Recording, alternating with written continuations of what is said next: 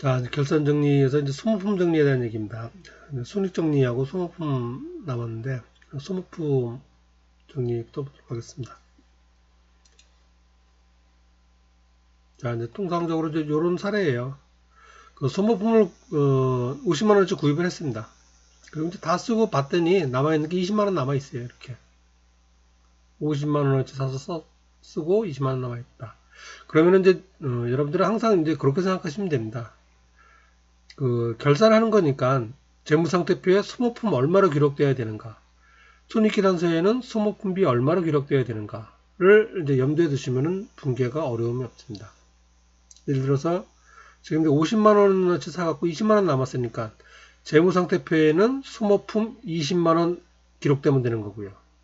20만 원. 그리고 손익계산서에는 소모품비 30만 원 기록되면 되겠죠. 30만 원. 소모품비 30만원, 소모품 20만원 기록되면 되는 겁니다. 자, 그래서 분계를 해줍니다. 이렇게. 처음에 이제 살 때 소모품 기록했어요. 소모품 50만원, 대변에 현금 50만원. 그리고 결산이 됐습니다. 결산이 됐으면은, 소모품비 30만원, 소모품 30만원. 자, 이렇게 되면은, 소모품은 얼마가 남아요? 50만원, 30만원이니까, 소모품 20만원. 맞죠?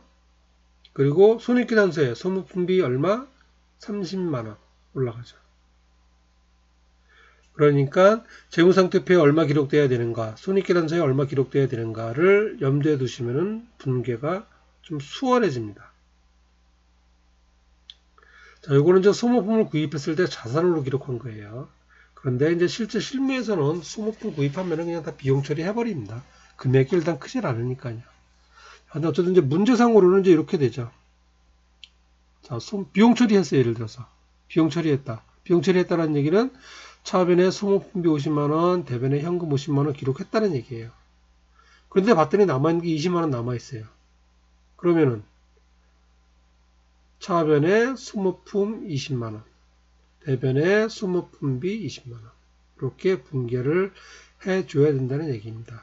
그래야 재무상태표에 소모품 20만원이 기록될 테고요. 손익계산서에 소모품비 30만원이 기록되겠죠. 이렇게 처리를 하나, 이렇게 처리하나 결과는 똑같습니다. 중요한 거는 재무상태표에 얼마, 손익계산서에 얼마 기록되는가가 중요하죠. 그게 정확한 금액이 기록돼야 되니까. 그걸 위해서 이렇게도 분개할 수 있고 이렇게도 분개할 수 있다. 그런 의미가 되겠습니다. 자, 이건 뒤에서 나오는 손익정리랑 맞물리는 거에 똑같아요. 의미가. 보시면 제가 이제 선급비용, 미지급비용, 선수수익, 미수수익, 선급비용, 미지급비용, 선수수익, 미수수익, 이 네 가지를 손익정리라고 얘기합니다. 손익정리. 수익과 비용에 대해서 정리한다는 얘기예요. 발생주에 맞춰서 단기에 정확히 계상될 수익과 비용을 처리하는 것, 손익정리라고 얘기를 합니다. 그래서 네 가지가 통상 나와요. 비용에 대해서 두 개, 선급비용, 미지급비용. 미리 준 거, 아직 못 준 거. 자, 수익도 두 가지가 나오죠. 미리 받은 거, 아직 못 받은 거. 이렇게 나옵니다. 그리고 이제 선급비용은 성격이 자산이에요, 자산. 그리고 미지급비용은 못 줬으니까 부채가 되는 겁니다, 부채. 선수수익은 미리 받았으니까 이제 앞으로 못 받겠죠. 부채가 되는 거예요, 부채. 성격이 그렇다는 얘기입니다. 그리고 미수수익은 못 받았지만은 받을 거죠. 자산이 되는 겁니다. 성격상 그렇게 됩니다. 자, 선급비용부터 보도록 하겠습니다.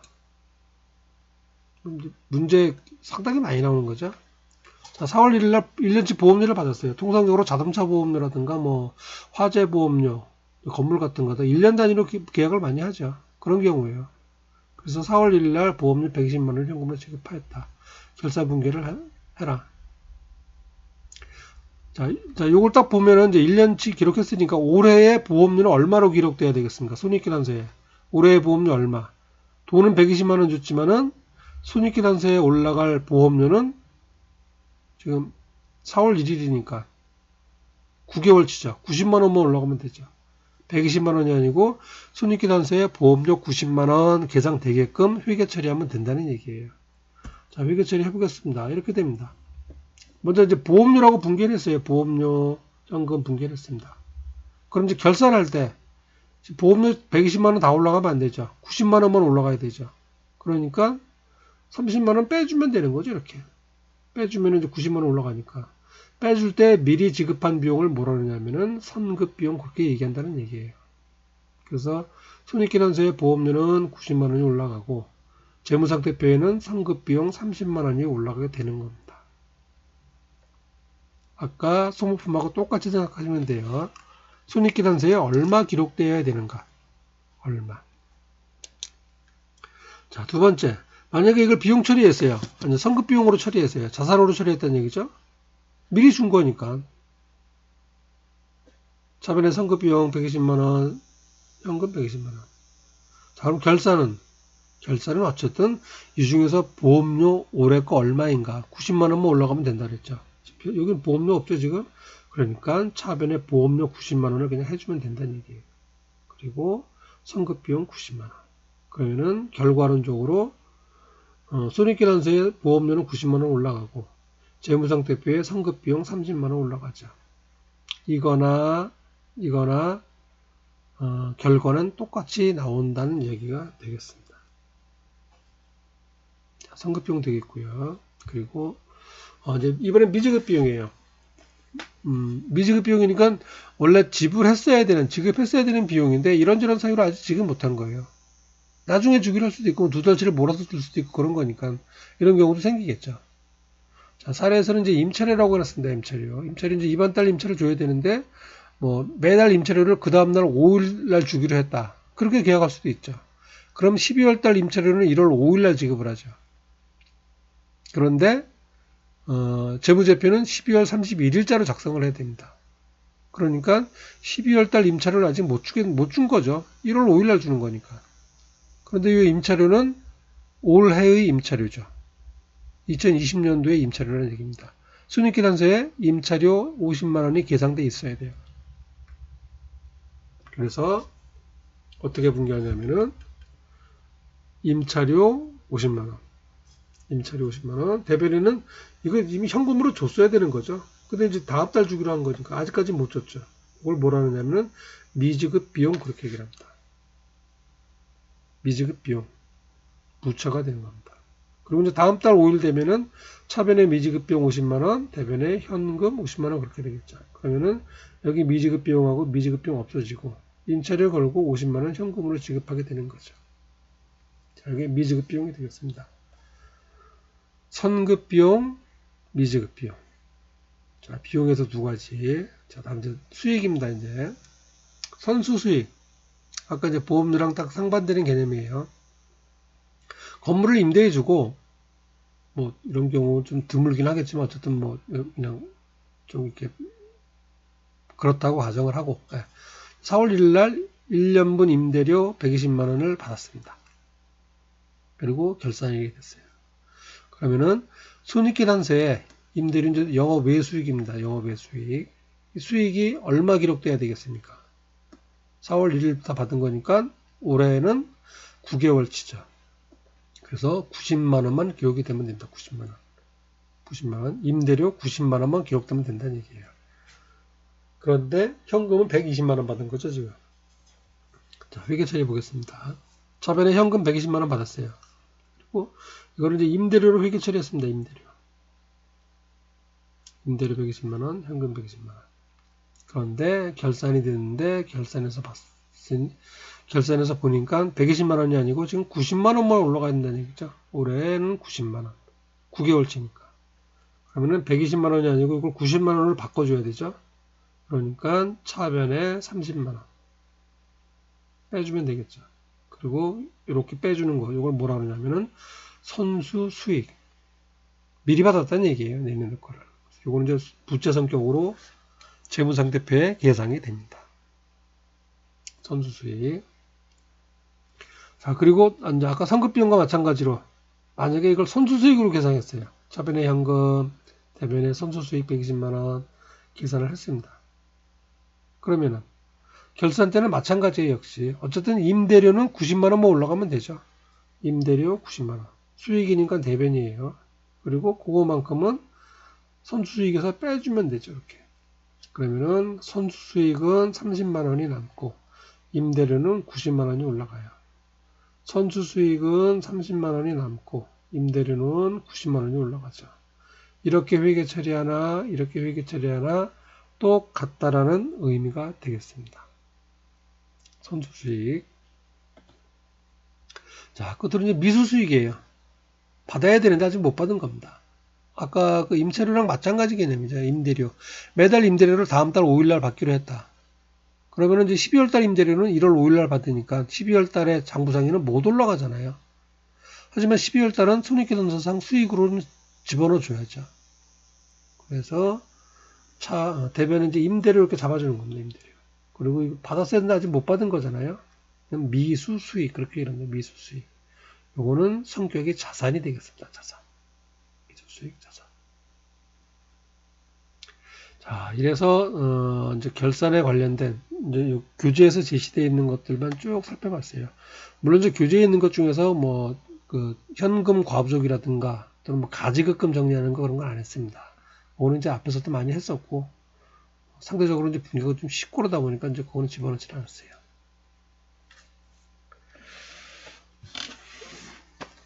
자, 교과서에 나와 있는 이제 결산 설명은 됐고 이제 교재의 교과서 이제 내용을 좀 보도록 하겠습니다. 400쪽이 됩니다. 400쪽. 결산.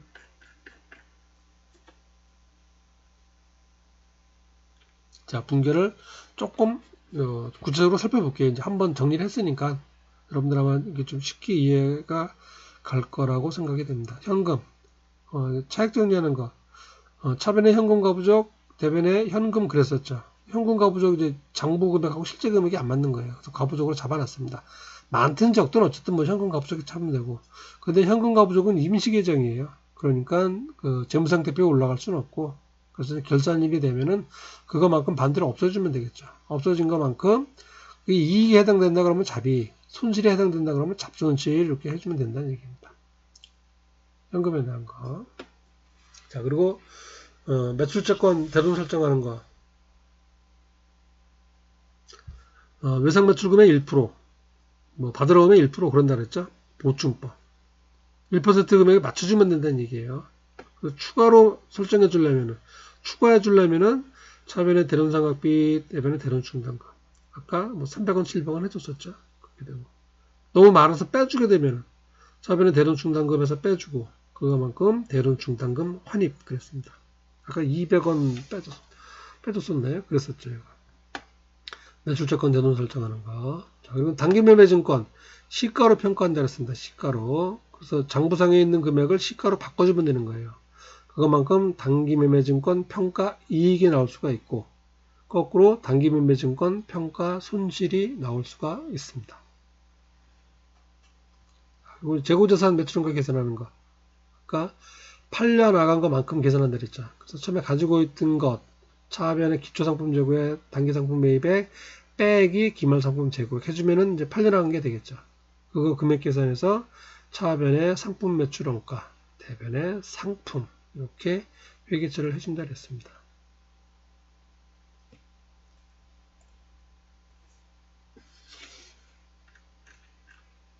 그리고 이제 소모품 이거는 손익계산서에 소모품비 얼마로 기록되고 재무상태표에 소모품 얼마로 기록되냐 판단해 보면 된다 그랬죠.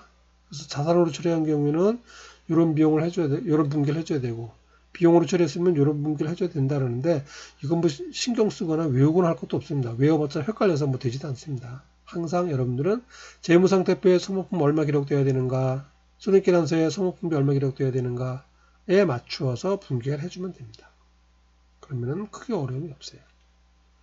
자, 이제 감가상각은 기본적인 분기에는 처변의 감가상각비, 대변의 감가상각 누계액 그런다 그랬죠. 그리고 정액법은 이렇게 계산을 하고요. 취득가액 빼기 잔존가액 나누기 내용이었어요. 그리고 정률법은 정률은 이제 아까 그 교과서에서 봤듯이 우리가 뭐 계산기로도 계산을 못합니다. 루트가 들어가고 그래가지고 그래서 정률이 되게 주어지는데 그거는 항상 취득원가 빼기 감가상각 누계액 현재 장부가액이죠. 장부가액 곱하기 정률 해주면 되는 겁니다. 무조건. 장부가액 곱하기 정률. 그렇게 하고요. 그리고 이제 무형자산 같은 경우는 직접 그 빼줍니다. 이건 이제 간접법이라고 얘기해요. 뺄 때. 유형자산은. 근데 무형자산은 직접 빼버려요. 그 해당되는 계정 과목에서. 이건 직접법이라고 얘기를 합니다. 그리고 요 감가상각비 명칭도 무형자산 상각비 그렇게 얘기합니다. 무형자산 상각비. 자, 그리고 퇴직급여 충당 부채가 있었죠. 그래서 추가로 설정해 주는 거, 차변의 퇴직급여, 대변의 퇴직급여 충당 부채 설정해 준다 그랬습니다. 요거는 이제 부채 항목으로 기록이 되는 거예요. 부채. 퇴직급여 충당 부채. 그리고 외화자산과 외화부채. 아까 외상노출금, 외상입금으로 봤었죠. 그래서 내가 이제 돈을 더 받게 됐으면은 외화 환산 이익, 덜 주게 됐으면 외화 환산 이익, 돈을 더 주게 됐다, 더 지급해야 된다 그러면은 외화 환산 손실, 돈을 덜 받게 됐다, 더 적게 받게 되면은 외화 환산 손실 이렇게 얘기를 했습니다. 그리고 부가가치세 정리하는 것은 이렇게 했었죠. 부가세 예속은 부가세 대금, 미지급 세금. 그리고 법인세. 이제 법인인 경우는 법인세 비용 그렇게 얘기를 하고, 개인 기업인 경우 있죠. 개인 사업인 경우는 법인세 등 그렇게 얘기를 합니다. 개인 사업인 경우. 뭐 큰 차이가 있는 건 아니고요. 그리고 이제, 중간 연합하는 거는 이제 성급세금이라 한다 그랬죠. 성급세금. 그래서 12월 31일 날 계상하는 거는 전체 법인세 비용 계상하고, 선납세금 낸 거 빼고, 나머지가 미지급세금이 되겠죠. 그리고 임시계정, 아까 이제 현금 과부족은 살펴봤고요. 그리고 이제 임시로 지급한 가지급금이나 가수금 같은 게 있어요.